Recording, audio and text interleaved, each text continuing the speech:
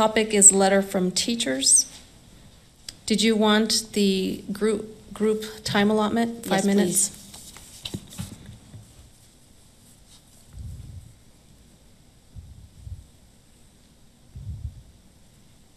Thank you.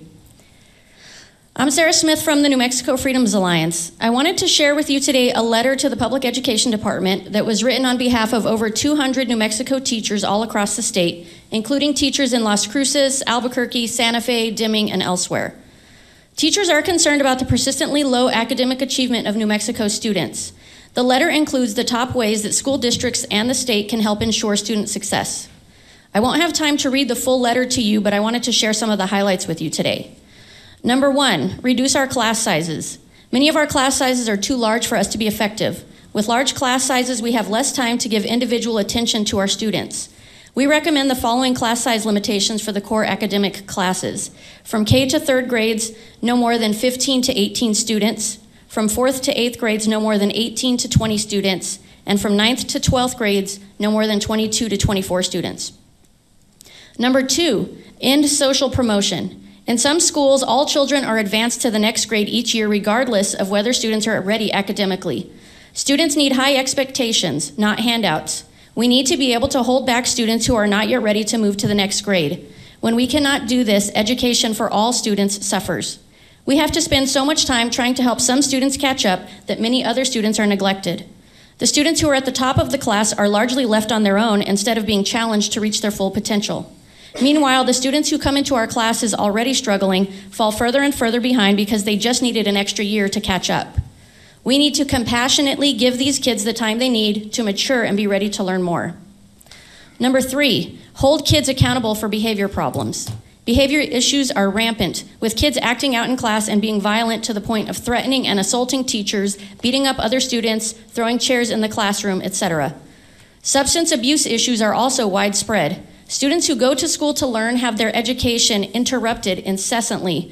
Student behavior problems are also a huge reason why many teachers are leaving the profession. Teachers need to be respected, and students who do not show that respect should receive swift, sure discipline. Instead, teachers' hands are tied on imposing any real consequences for these behaviors. Restorative justice practices are not enough. All teachers need to be trained and empowered in how to deal with behavior problems. And furthermore, there need to be real significant consequences for students with behavior problems. Violent students need to be expelled in order to ensure safety for the other students and the teachers. Number 4, make it easier for parents to be involved in schools. Engaged parents are one of the most valuable tools that we as educators have in ensuring the success of our students.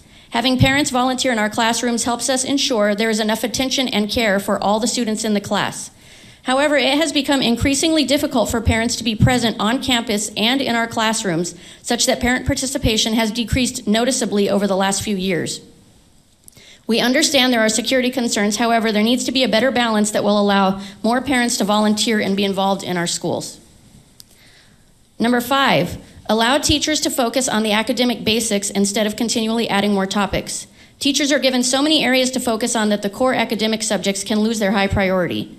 Too many programs and politics are being added into our teaching workload. We need to be able to focus on the core subjects of reading, writing, and math to ensure that our students are prepared for their futures. Lastly, we need you to take ownership for worsening educational outcomes through your COVID policies. Our education system was already struggling prior to 2020. On top of that, the COVID school closures, mask mandates, and vaccine mandates over the last few years have further stacked the deck against success in New Mexico's schools. Many students fell behind and are still struggling to catch up.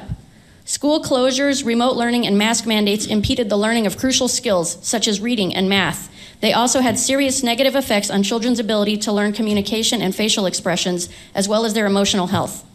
You need to take ownership for these harms and ensure that this is never allowed to happen again. We are on the front lines of education in New Mexico. There is much you can do to help us succeed. We urge you to implement the changes we are recommending for the good of New Mexico's children. So that's a summary of some of the items that were in the letter from the over 200 teachers in New Mexico. I have emailed you the full copy because there's some other items that were on there that I didn't have time to share with you tonight. But I hope you will take this all into consideration. Thank you. Thank you.